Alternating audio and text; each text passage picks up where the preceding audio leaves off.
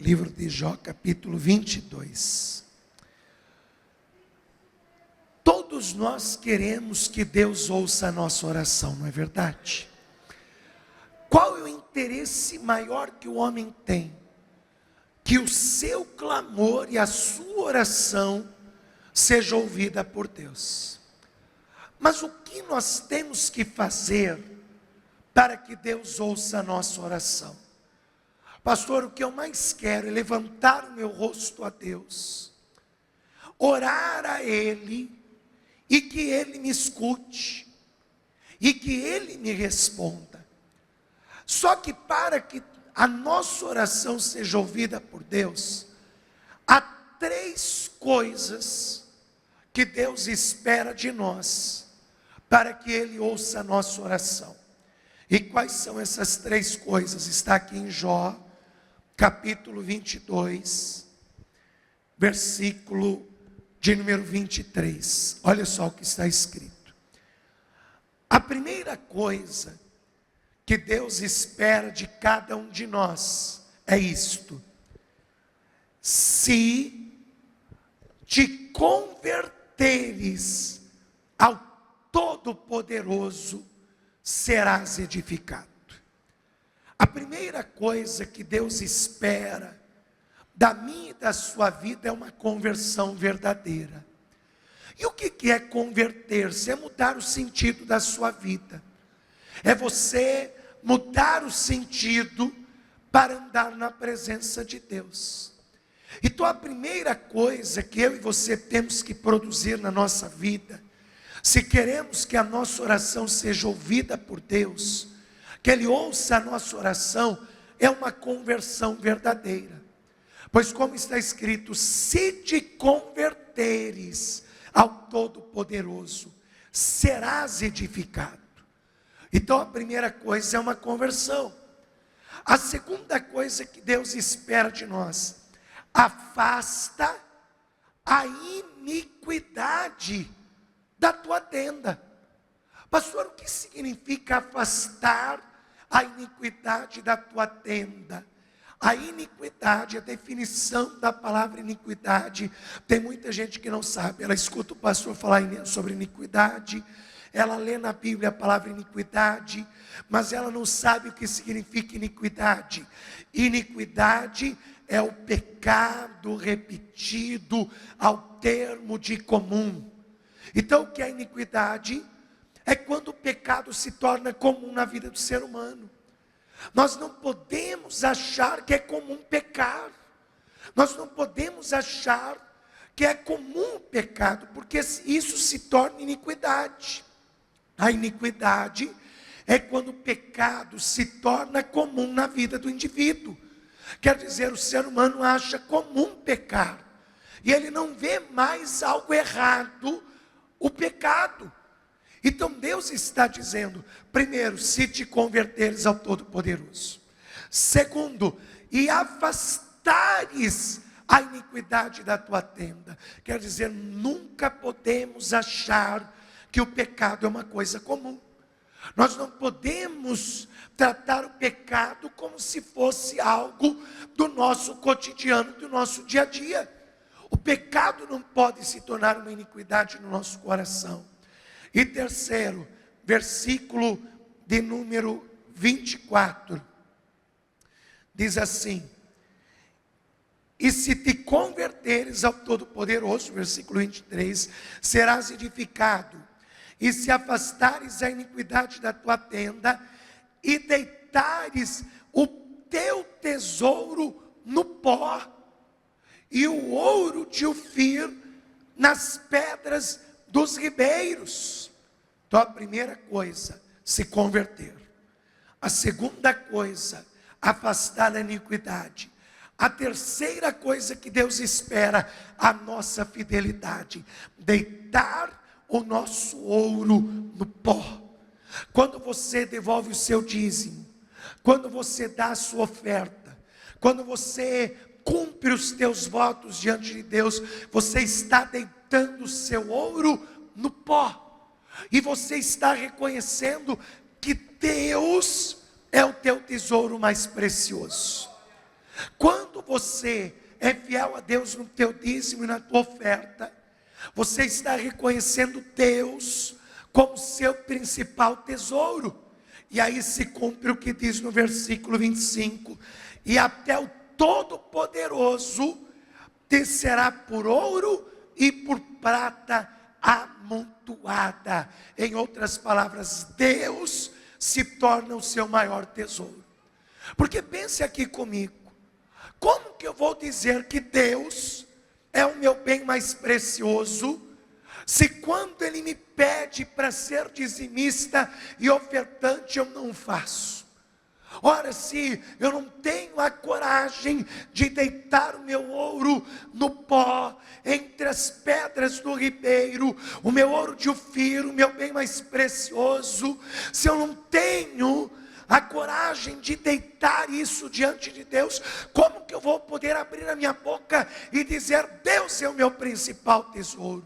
Somente aquele que entende a importância da fidelidade no dízimo e na oferta é que pode dizer que Deus é o seu tesouro principal, porque Ele está mostrando não com palavras, mas com atitudes, que Deus é o seu tesouro mais precioso. Versículo 26: porque então te deleitarás no Todo-Poderoso e levantarás o teu rosto para Deus, e tu orarás a Ele, e Ele te ouvirá, e pagarás os teus votos.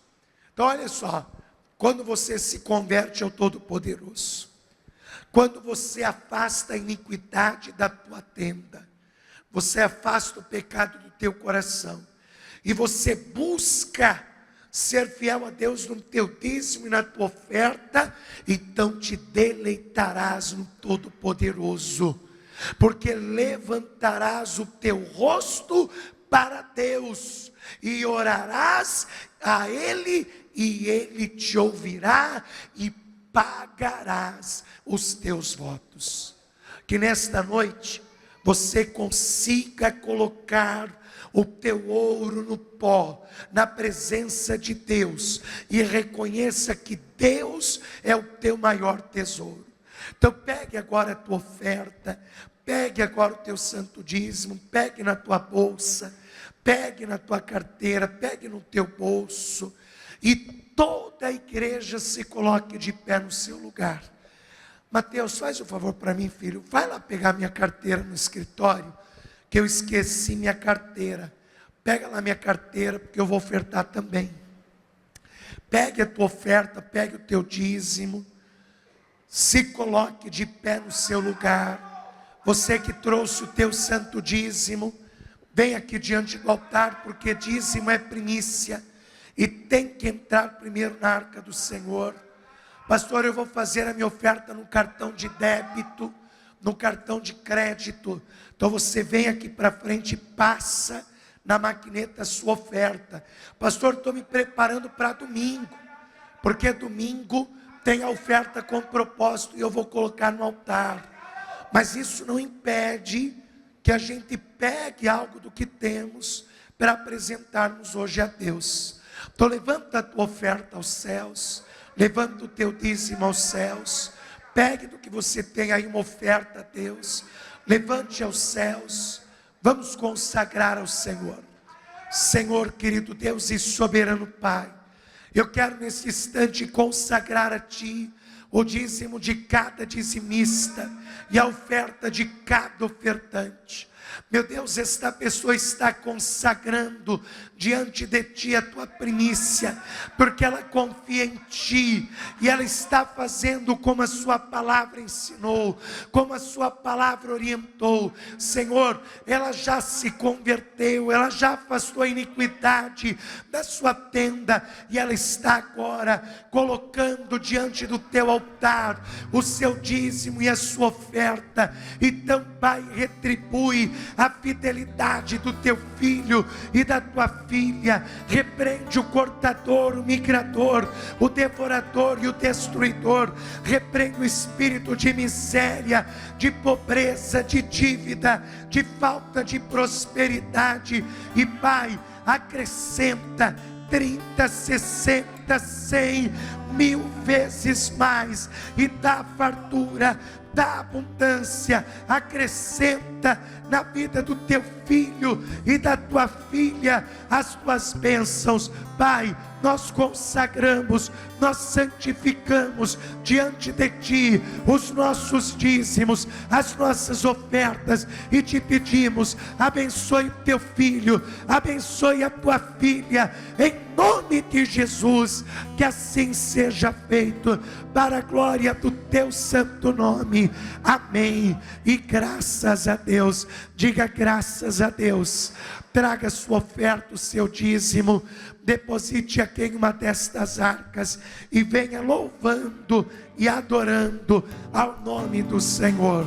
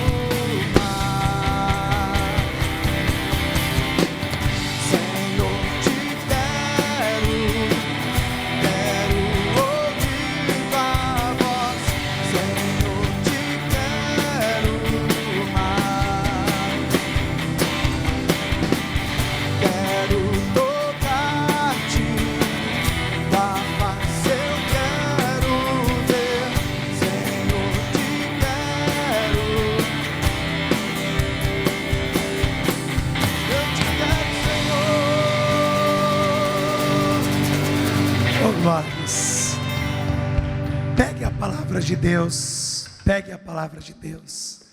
Vamos aqui no livro de Juízes, capítulo de número 7. Livro de Juízes, capítulo de número 7. E nós vamos ler aqui a partir do versículo de número 4. Quando Gideão foi revestido pelo Espírito de Deus, Gideão tocou a trombeta, e diz a palavra que a sua família, os jezreelitas, se juntaram a ele, e também a tribo de Manassés, e também a tribo de Áser, de Zebulon e Naphtali vieram ao seu encontro. Eu sei que se juntou 32.000 homens para combater 300.000 soldados midianitas. E se nós formos fazer aqui uma conta de 32.000 homens para 300.000 soldados inimigos, nós teremos uma média de 100 soldados inimigos por cada soldado israelita. Ou seja, para que esses 32.000 vencessem o exército midianita, cada soldado de Israel, daqueles 32.000 homens, eles teriam que lutar contra 100 soldados. Até aí você pensa assim: poxa, mas 100 soldados para um homem já é uma conta um tanto que desproporcional. Porém, os filhos de Israel, eles tinham recebido uma promessa de Deus, inclusive eu vou mostrar para você, e para eles seria normal combater cada homem 100 soldados. Porque para você ter uma ideia, Deus vai dizer assim: Gideão, tem muito povo, e se esses 32 mil homens forem para a peleja, e eles vencerem os midianitas, eles dirão que foi a força do seu braço que venceu, e não eu que dei vitória a eles. Aí Deus diz assim: Gideão, mande que os covardes voltem para casa. Tinha 32 mil homens. Aí Gideão diz assim: todos os que forem medrosos, covardes, que estão com medo de sair a peleja contra os midianitas, voltem para casa. De 32 mil, 22 mil homens retornaram para suas casas. Quantos soldados permaneceram? 10 mil soldados. 10 mil soldados contra 300 mil soldados inimigos, seria uma média de 300 soldados por cada guerreiro israelita. Você já pensou um soldado israelita ter que combater 300 soldados midianitas? Ô pastor, a coisa aí já ficou sobrenatural, né? Só que ainda Deus acha que é pouco. Deus diz: não, Gideão, ainda tem muito povo, ainda tem muito homem. Se eu der na mão desses 10 mil a vitória, eles ainda vão achar que foi o braço deles que deu a eles esta vitória. Gideão, faça isso. Vamos ver o que Deus mandou Gideão fazer, versículo 4. E disse o Senhor a Gideão: ainda muito povo há, faze-os descer as águas, e ali os provarei. E será que aquele de que eu te disser, este irá contigo, esse contigo irá. Porém, todo aquele de que eu te disser, este não irá contigo, este não irá. E fez descer o povo às águas. Então o Senhor disse a Gideão: qualquer que lamber as águas com a sua língua, como as lambe o cão, esse porás à parte, como também a todo aquele que se abaixar de joelhos a beber. E foi o número dos que lamberam, levando a mão à boca, 300 homens. E todo o resto do povo se abaixou de joelhos a beber as águas. E disse o Senhor a Gideão: com estes 300 homens que lamberam as águas, vos livrarei e darei os midianitas na tua mão, pelo que toda outra gente se vá, cada um ao seu lugar. Olha só, antes era 32 mil, uma média de 100 soldados midianitas por cada um soldado israelita. Aí Deus disse: é muito. Reduziu para 10 mil, uma média de 300 soldados midianitas para cada um soldado israelita. Deus disse: é muito. Reduz mais ainda, de 10 mil para 300 soldados, uma média de 1.000 soldados midianitas para cada um soldado israelita. Cada um soldado israelita teria que combater 1.000 soldados midianitas. Pastor, isso é um absurdo, isso é impossível.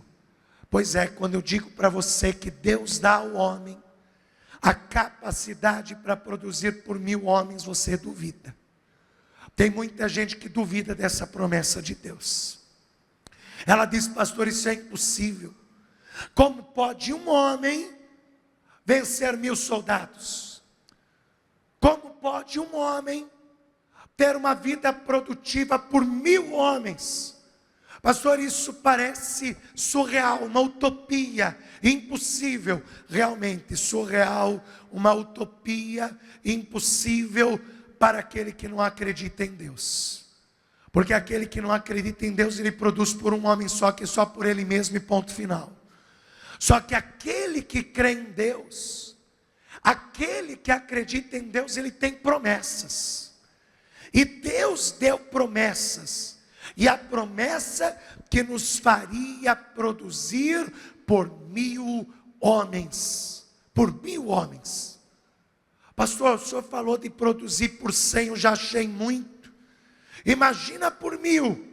Parece impossível, mas para Deus todas as coisas são possíveis. Para Deus todas as coisas são possíveis, e você vai aprender isso na palavra hoje, nesta noite.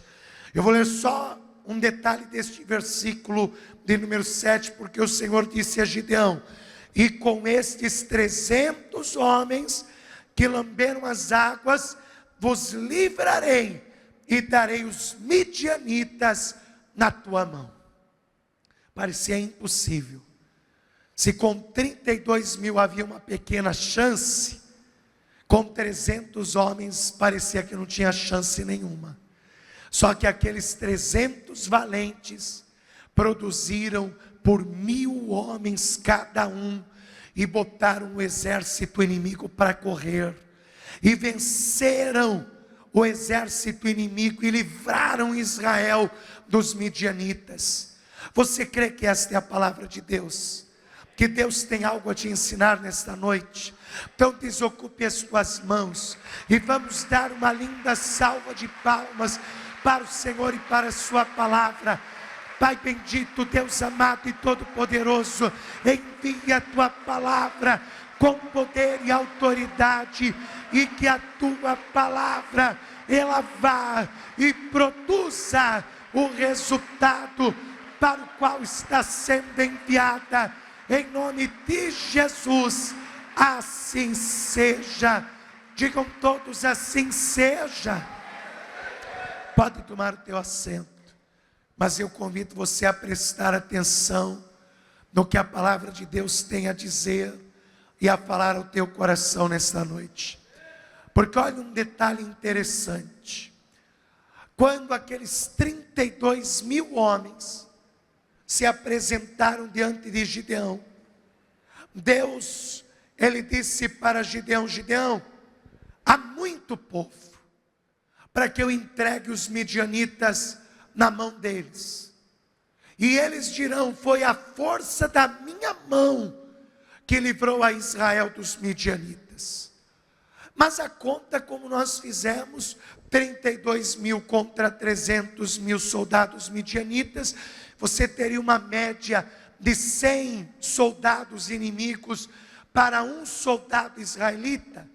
Aos nossos olhos isso parece muito, mas Deus havia feito uma promessa, e essa promessa está aqui em Levítico capítulo 26, que os filhos de Israel eram embasados nesta promessa de Deus quando saíam para o campo de batalha. E qual era a promessa? Levítico capítulo 26, vamos voltar um pouquinho aqui, na promessa que Deus fez.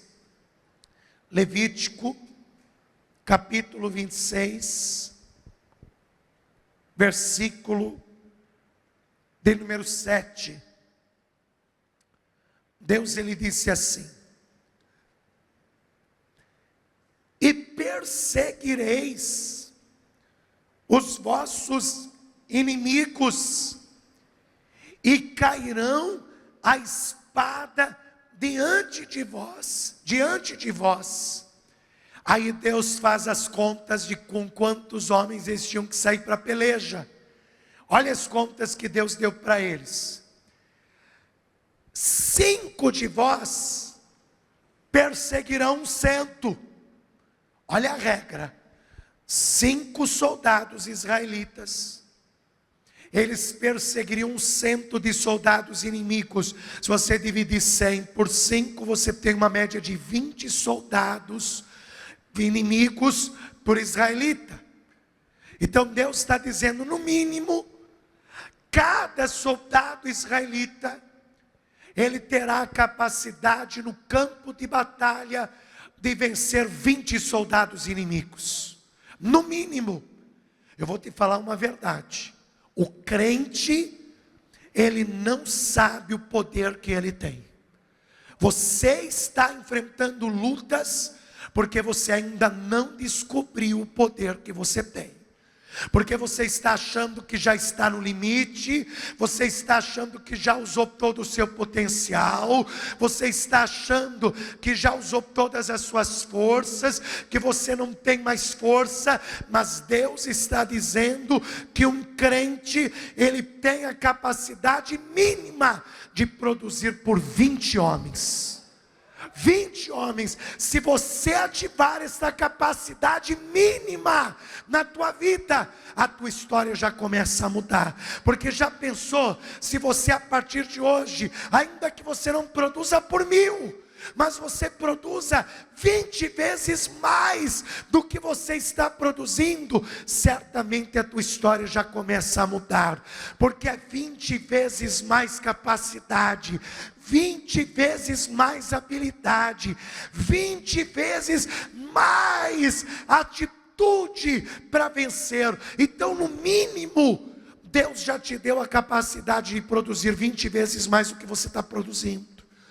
Porque ele disse: 5 correrão e combaterão 100. Aí ele continua dizendo: e 100 de vós perseguirão 10.000. Ou seja, 100 soldados israelitas perseguirão 10.000. Uma média de 100 soldados por um combatente israelita. Então o que Deus ele estava dizendo? Quando Israel ia sair para a peleja, era essa regra. Se fosse poucos soldados inimigos, era cada 5 soldados para cada 100 inimigos. E se fosse 10.000 soldados inimigos, eram 100 soldados israelitas, porque Deus tinha dado a eles o poder para vencer sobre 100 soldados inimigos. 100 soldados. Então quando Deus disse: olha, tem muito povo, porque se eu der os midianitas na mão desses 32.000, eles vão dizer que foi o braço deles que deu essa vitória, porque eles já sabiam que eles tinham a capacidade de vencer 100 soldados cada um.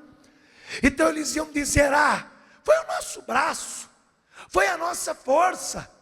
Então Deus está dizendo: não, Gideão, você vai ter que reduzir isso, você vai ter que reduzir essa quantidade. Agora, por que aquele que é crente tem capacidade de produzir no mínimo 20 vezes mais, ou até 100 vezes mais? Por causa disso, versículo 9: porque para vós olhei, diz o Senhor. Quer dizer, Deus olha pelo crente, Deus olha pelo que acredita. Deus está dizendo: e para vós olharei, e vos farei frutificar, e vos multiplicarei, e confirmarei o meu concerto convosco. Por que você tem capacidade de no mínimo produzir 20 vezes mais do que você tem produzido? Porque Deus olha por você, porque Ele prometeu que vai fazer você frutificar, que vai fazer você multiplicar, porque Ele tem uma aliança contigo, Ele tem uma aliança com você, Ele tem um concerto com você, e Ele zela por esta aliança que Ele tem contigo, em nome de Jesus Cristo. Só que há homens que produziram muito mais do que 100 por um. Teve, pastor? Teve. Por exemplo, teve o caso dos 300 valentes de Gideão. Tá, pastor, tudo bem. Mas e fora esse? Fora esse, há outros casos. Eu vou te mostrar, para você ver que não foi ali uma exceção, algo que aconteceu, não é? Aconteceu com Gideão, mas foi só uma vez, um caso isolado. Não, livro de Juízes capítulo 3, veja lá, veja, outro caso, livro de Juízes capítulo 3, versículo de número 31, você sabe que no tempo de Juízes não haviam reis, então Israel era julgado por juízes, homens que se destacavam, e organizavam a Israel. E houve um destes juízes, que o nome dele era Sangar. E Sangar, ele produziu. E veja, ele produziu aqui, ó, Juízes capítulo 3, versículo 31. E depois dele, foi Sangar, filho de Anate, que feriu a 600 homens dos filisteus, com uma aguilhada de bois. E também ele libertou a Israel. Veja, Sangar, com uma aguilhada de bois. Uma aguilhada de bois, se eu não me engano, é o chifre do boi. Ele com uma aguilhada de boi na mão, ele venceu 600 filisteus. Quer dizer, um homem que produziu por 600 homens. Um homem. Quer dizer, ele produziu por 600 homens. Ah, pastor, mas não foi por 1000, como os 300 valentes de Gideão. Tá bom, livro de Juízes capítulo 15, versículo 15. Está se esquecendo de Salomão? De Sansão, melhor dizendo? Está se esquecendo de Sansão? Lá em Juízes capítulo 15, versículo 15, está escrito assim: e achou Sansão uma queixada fresca de um jumento, e estendeu a sua mão, e tomou-a, e feriu com ela 1000 homens. Quer dizer, um homem que produziu por 1000 homens. Você vê como realmente não é um caso isolado de Gideão. Não é um caso isolado, ah pastor, mas isso só foi na vida desse Sangar, só foi na vida dos 300 valentes de Gideão, só foi na vida de Sansão, mas eu? Quem sou eu? Tá bom, então eu vou rasgar a promessa que Deus fez para você em Josué, já que você não acredita. Pastor, Deus fez uma promessa para mim, sim. Olha lá em Josué capítulo 23. Essa promessa é para você. Livro de Josué capítulo 23.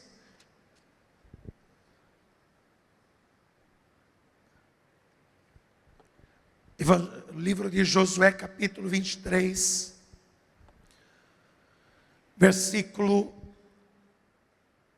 de número 10. Deus diz assim: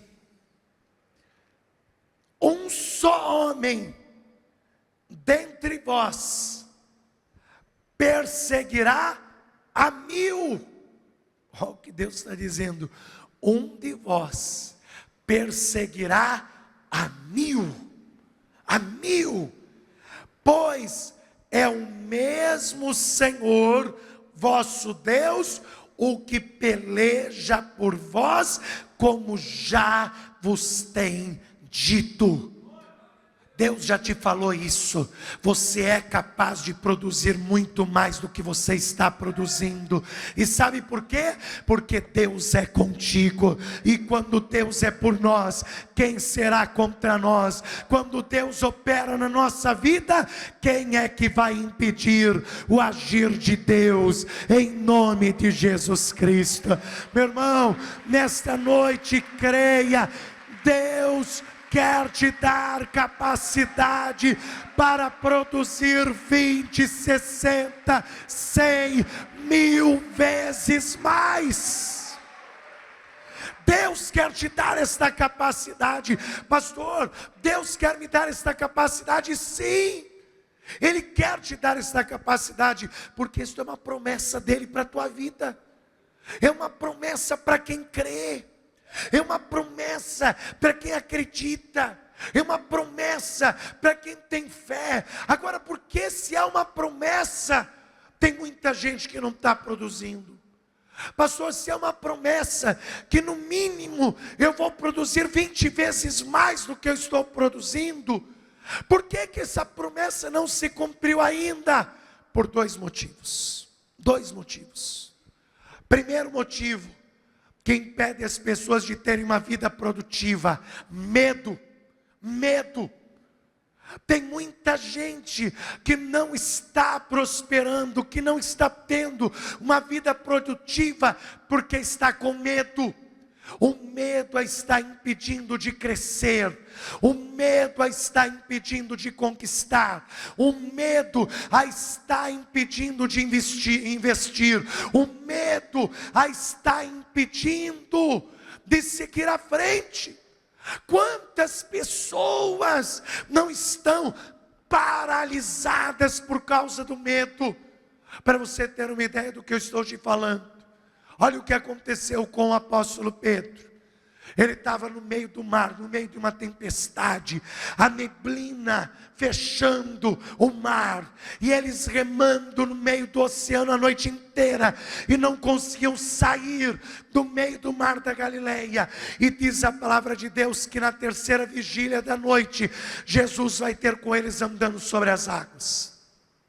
Os discípulos, quando vem aquela silhueta no meio da neblina, eles gritam apavorados de medo, é um fantasma. Mas aí Jesus diz: não temam, sou eu, não temais. Quando Pedro escuta a voz conhecida de Jesus, ele diz: Senhor, se és tu, ordena-me a ir ter contigo sobre as águas. E diz a palavra de Deus que Jesus diz: vem, Pedro. E Pedro desce do barco e começa a andar sobre as águas. Mas diz a palavra que, percebendo o vento forte e as ondas, Pedro teve medo e começou a afundar. Tem muita gente afundando, não produzindo, mas afundando, naufragando nos seus negócios, no seu trabalho, porque está travado pelo medo. O medo é como pedras dentro dos seus bolsos, que vão te levar para o fundo, que vão fazer você afundar, ao invés de produzir. Tem muita gente não produzindo por medo, porque o medo, preste atenção nisso, o medo é um imã de desgraça. Você sabia que o medo é um imã de desgraça, pastor? O medo é um imã de desgraça, sim. Assim como a fé é um imã de bênçãos, o medo é um imã de desgraça. Sabe o que está escrito no livro de Jó? Capítulo de número 3, versículo 25. Jó disse assim: porque o que eu mais temia me sobreveio. Você sabe o que é o que Jó mais temia? Ficar pobre, ficar doente e perder a família. Era o que ele mais tinha medo, e o que ele temia lhe sobreveio. Meu irmão, muito cuidado, porque o medo é um imã de desgraça. Você que vive com medo de ficar doente, para com isso, porque esse teu medo de ficar doente está atraindo doença. Esse teu medo, eu não estou aqui falando de um medo simples da coisa, porque uma coisa é aquele medo assim, né? A pessoa está chegando na beira de um precipício, e ela vai chegando e começa a dar aquele calafrio, e ela diz: opa, eu não vou chegar muito perto não, porque eu posso cair. Esse medo é um medo natural, é um medo normal como qualquer um tem. O medo que te leva a fazer não é um exame preventivo, mas eu digo, aquele medo exacerbado, aquele medo sem limite. Não, tem alguma coisa, não, eu estou doente, tem que ter alguma coisa, tem que ter algo. Eu estou dizendo aquele medo excessivo. Esse medo excessivo atrai a desgraça, atrai, ai, eu vou ficar desempregado, ai, a crise, ai, que medo. Você está atraindo a desgraça mesmo, você está atraindo o desemprego, você está atraindo a desgraça na tua vida. Meu irmão, o medo é um imã de desgraça. Nessa noite, sabe o que você faz? Substitui o medo pela fé, porque a fé, ela atrai a bênção de Deus. Tenha fé em Deus. Jesus disse: crede em Deus, crede também em mim. Acredite em Deus, porque assim você vai atrair saúde, você vai atrair prosperidade, você vai atrair cura, você vai atrair bênção, ao invés de maldição para a tua vida, em nome de Jesus Cristo. Então substitua o medo pela fé, porque o medo, olha o que o medo faz com você. O medo te prostra. É verdade, o medo te prostra. Pastor, o medo me prostra, te prostra, e não é diante de Deus não, porque o que te prostra diante de Deus é o temor a Deus. A palavra de Deus diz: o temor do Senhor é o princípio de toda sabedoria. O respeito a Deus é o princípio de toda sabedoria. O medo não, o medo te prostra diante do problema. O medo te prostra diante da desgraça. A verdade é essa. O medo te prostra. O que aconteceu com os israelitas no tempo de Gideão? Lá em Juízes 6:11, está escrito que eles ficaram com medo dos deuses dos amorreus. Eles ficaram com medo, eles ficavam olhando aquelas imagens, com aquelas caras carrancudas, e eles ficavam olhando e dizendo: ah, esse Deus aí deve ser bravo, hein? Esse Deus aí deve ser nervoso, hein? Eu não quero ele contra mim não, então já sei, vou servi-lo, porque aí eu sirvo a ele, e ele não vai fazer mal contra mim. Quer dizer, o medo fez eles se prostrarem, diante do inimigo. E Deus tinha dito: não tenham medo dos deuses dos amorreus, não tenham medo dos deuses dos amorreus, porque eu sou o Senhor teu Deus. Meu irmão, hoje nesta noite, lança fora o medo, porque é o medo que está impedindo você de prosperar no teu caminho. Arranque esse medo do teu coração, enche teu coração de fé, e a tua vida será produtiva para a honra e glória do nome de Jesus. A primeira questão é o medo. O medo está te impedindo. Ah, e se não der certo? Ah, e se eu perder esse investimento? O nome disso é medo. Ah, e se eu não conseguir? Medo. Não tem outro nome. Quer dizer, por medo a pessoa não se lança, por medo ela não investe, por medo ela não faz. Ah, mas e se eu não conseguir pagar? Medo. Ah, mas e se eu der entrada nesse apartamento e não conseguir pagar? Quer dizer, a bênção está lá na frente dela, ela tem até o dinheiro para dar de entrada, mas ela está com medo de investir. Ah, e se eu não conseguir pagar? E aí o que ela faz? Ela deixa passar a oportunidade. O medo impedindo a pessoa de prosperar, de produzir no seu caminho. O medo impedindo a pessoa de progredir. A primeira coisa é o medo. E a segunda coisa, pastor? A segunda coisa é a infidelidade. Meu irmão, preste atenção no que eu vou te ensinar. A fidelidade faz o impossível se tornar possível. Diga assim: a fidelidade a Deus faz o impossível se tornar possível. Mas a infidelidade a Deus, presta atenção de você repetir isso. A infidelidade a Deus faz até o possível se tornar impossível. Já cansei de ver gente infiel a Deus, com um probleminha desse tamanho, um problema que é fácil de resolver e virar um furacão na vida da pessoa. Virar um turbilhão que ela não consegue resolver de jeito nenhum. Uma coisa simples e para ela parece uma tempestade, um turbilhão, porque a verdade é essa: o teu sucesso, a tua produtividade não está na tua mão, está na mão de Deus. Sabia disso? Porque na tua mão está só a capacidade de produzir por você mesmo e ponto final. Na tua mão está a capacidade de produzir só por você e acabou. Agora na mão de Deus é que está a capacidade de você produzir 20 vezes mais, de você produzir 100 vezes mais, de você produzir 600 vezes mais, de você produzir 1000 vezes mais. Está na mão de Deus essa produtividade, não está na tua. Agora, para quem Deus dá essa produtividade? Para o fiel.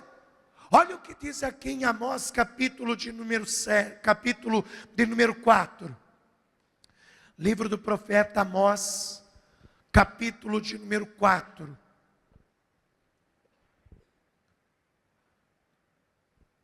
Livro de Amós, capítulo 4, versículo 7. Você vai entender o que eu estou falando com esse versículo aqui. Amós, capítulo 4, versículo 7. Olha o que Deus está dizendo. Além disso, retive de vós a chuva, quando ainda faltavam 3 meses para a ceifa. Por que Deus está dizendo, retive a chuva de vós, faltando 3 meses para a ceifa? Porque Ele está dizendo, na minha mão está o seu resultado.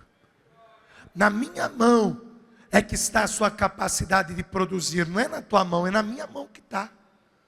Porque eu posso reter a chuva como eu posso dar a chuva. Então Deus está dizendo, faltando 3 meses para a colheita, eu retive de vós a chuva, porque a tua produtividade está nas minhas mãos, diz o Senhor. Não está na tua mão, está na mão de Deus. É na mão de Deus que está a nossa produtividade. E aí Ele diz assim, para a ceifa, e fiz, aí Deus mostra o poder dele, e fiz que chovesse sobre uma cidade, e não chovesse sobre a outra cidade. Sobre um campo choveu, mas o outro, sobre o qual não choveu, secou-se. O que Deus está dizendo? Deus está dizendo, eu fiz chover numa cidade e não fiz chover na outra. Eu fiz chover num campo e não fiz chover no outro campo. Eu fiz isso acontecer. Eu fiz isso. E a que recebeu chuva produziu, mas a que não recebeu chuva secou-se. Você está entendendo a diferença entre o fiel e o infiel? O que Deus faz para o fiel, o que Deus faz para o infiel? Você percebe a diferença? Deus está dizendo, o teu sucesso está na minha mão. Eu tenho o poder de dar produtividade a você, para você produzir 20 vezes mais, 100 vezes mais, 1000 vezes mais. Eu tenho esse poder. Agora o fiel, eu mando a chuva, para que a terra dele produza. Só que o infiel, eu não deixo a chuva cair na terra dele. Então a terra dele vai se secar. A terra dele vai se secar, não vai produzir. Meu irmão, você tem que ser fiel a Deus, porque quando você tem fé e fidelidade, só um resultado que vai vir sobre a tua vida, que é produtividade, em nome de Jesus Cristo. Quer ter uma vida produtiva, quer ter uma vida cheia de resultados, de frutos, de bênçãos, de milagres, quer produzir 20 vezes mais, 100 vezes mais, 1000 vezes mais, fé e fidelidade. Quando você tem fé em Deus e fidelidade a Deus, então você recebe produtividade da mão de Deus, em nome de Jesus Cristo. Vamos aplaudir a Deus por isso, porque diz a palavra em João 15,16: não escolhestes vós a mim, mas eu escolhi a vós, para que vades e deis fruto, e o vosso fruto permaneça, a fim de que tudo que pedirdes em meu nome ao Pai crendo, Ele vos conceda. Que hoje nesta noite, você tire o medo, se conserte diante de Deus no âmbito da tua fidelidade a Ele. Porque quando eu falo de fidelidade, eu estou dizendo de fidelidade na tua campanha, eu estou falando de fidelidade na tua oração, eu estou falando de fidelidade no teu jejum, eu estou falando da tua fidelidade em ler a palavra, eu estou falando sim da tua fidelidade a Deus nos dízimos e nas ofertas. Tudo isso engloba a fidelidade, tudo isso. Quer dizer, se eu quero produtividade, eu tenho que ter fidelidade. Porque quando há fidelidade a Deus, há produtividade também na nossa vida. Fique de pé no seu lugar, por favor.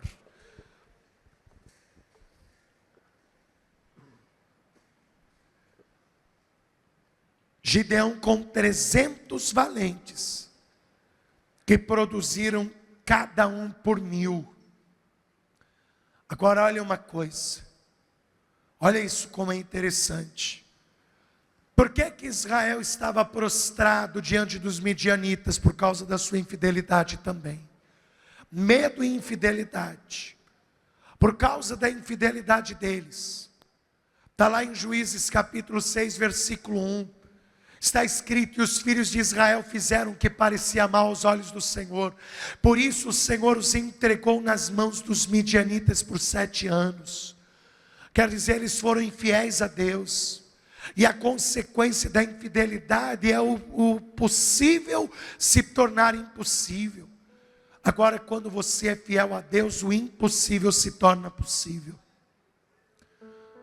300 valentes para vencer cada um, 1000 homens, 1000 soldados, 300.000 inimigos. E eles venceram. O impossível se tornou possível, porque houve fé e fidelidade. Quando a fé e fidelidade, o impossível se torna possível. Agora não tem como você alcançar fé e fidelidade a Deus sem Jesus. Porque é Ele que nos ensina a verdadeira fé em Deus. É Jesus que nos ensina a verdadeira fé em Deus. É Jesus que nos ensina a verdadeira fidelidade a Deus em tudo. Por isso, meu amado, minha amada, se você ainda não entregou a sua vida a Jesus, você precisa entregar a sua vida a Cristo. Porque fazendo assim, você vai alcançar uma fé verdadeira e uma fidelidade a Deus verdadeira. Pois quem vai te ensinar isso é o próprio Filho de Deus. Por isso, se você ainda não entregou a sua vida a Cristo e quer receber ao Senhor Jesus como teu Senhor e como teu Salvador nesta noite, pastor, eu quero entregar a minha vida a Cristo, pois eu quero ter fé e fidelidade a Deus acima de todas as coisas. Você que nesta noite quer entregar a sua vida a Cristo, quer entregar a sua vida a Jesus, levante a sua mão direita aos céus que eu vou orar por você. Pastor, eu quero entregar a minha vida a Cristo. Entrega a tua vida ao Senhor Jesus nesta noite. Se você ainda não entregou a sua vida a Cristo, entregue a sua vida a Jesus nesse instante. Pastor, eu já entreguei a minha vida a Jesus, mas pastor, eu me afastei, eu me desviei, eu saí da igreja. Pastor, eu quero me reconciliar com Jesus. Se há alguém aqui no nosso meio que quer se reconciliar com Jesus, que quer se reconciliar com Cristo nesta noite, levante a sua mão direita aos céus que eu vou orar por você. Vou orar pela tua reconciliação. Pastor, eu quero me reconciliar com Jesus. Então levante a sua mão aos céus que eu vou orar por você e vou orar pela sua vida. Quem aqui já está na presença de Deus? Você já está na presença de Deus. Sua vida já é de Jesus. Tem certeza que tua vida já é de Jesus? Se a tua vida ainda não é de Jesus, entrega a tua vida a Jesus hoje. Se a tua vida ainda não é de Jesus, entrega o teu caminho a Ele hoje. Porque aí você vai alcançar êxito na sua vida. Aí você vai ter êxito no teu caminho. Agora, se você já está na presença de Deus, você precisa se ver livre do medo e se ver livre da infidelidade.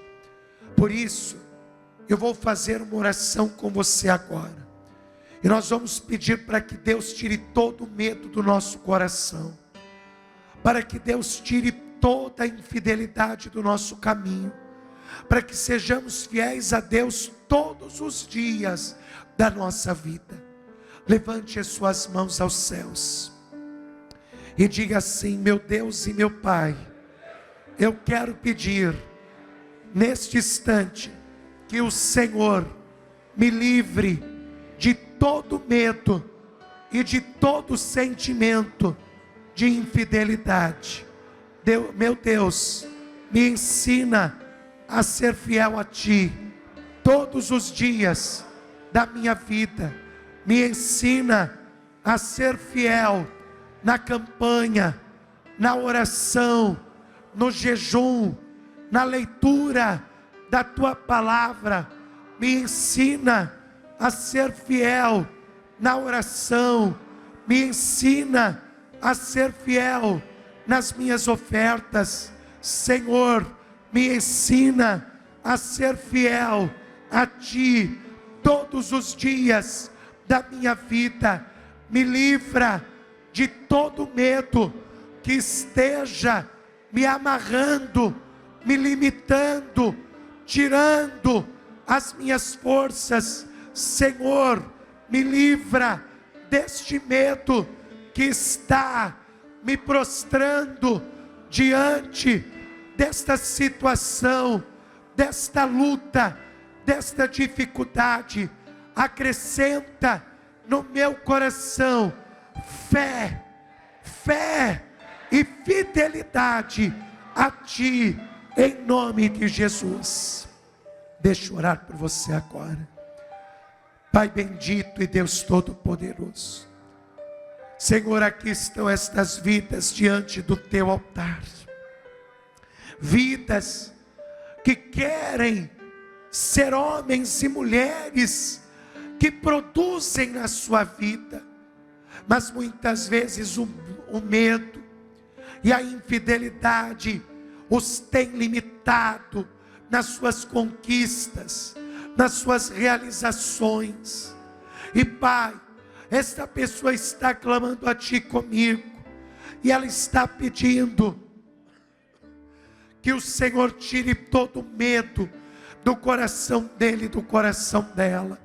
Senhor, há pessoas aqui que o medo tem sido tão forte em suas vidas, que tem atraído desgraças, que tem atraído perdas, que tem atraído prejuízos, que tem atraído dor, que tem atraído sofrimento. Mas nesta noite eu te peço, arranca este medo deste coração, arranca o medo do coração do teu filho e do coração da tua filha. Senhor, expulsa este medo que tem estado dentro deste coração, e dá fé, dá coragem, dá ousadia para este teu filho e para esta tua filha. Dá fé, dá confiança, dá coragem, dá ousadia, Pai, no coração do teu filho e no coração da tua filha. Meu Pai, põe a tua mão agora, estende a tua mão agora, tira, Senhor, este sentimento de infidelidade deste coração. Ensina este teu filho e filha a ser fiel a Ti na oração, no jejum, na campanha. Ensina esta pessoa a ser fiel nos seus dízimos, nas suas ofertas. Pai, ensina esta pessoa a ser fiel a Ti em tudo que ela fizer. Põe as tuas mãos, Senhor, abençoe o teu filho, abençoe a tua filha, abençoe este homem e esta mulher, porque, Senhor, ela quer viver produtividade, ele quer produzir 20 vezes mais, ela quer produzir no mínimo 20 vezes mais, 100 vezes mais, 1000 vezes mais, como a tua palavra diz. Então, Senhor, que o Senhor ensine esta pessoa a ser uma pessoa corajosa e a ser uma pessoa fiel a Ti, fé e fidelidade, em nome de Jesus. Que assim seja feito, para a glória do Teu santo nome. Amém e graças a Deus.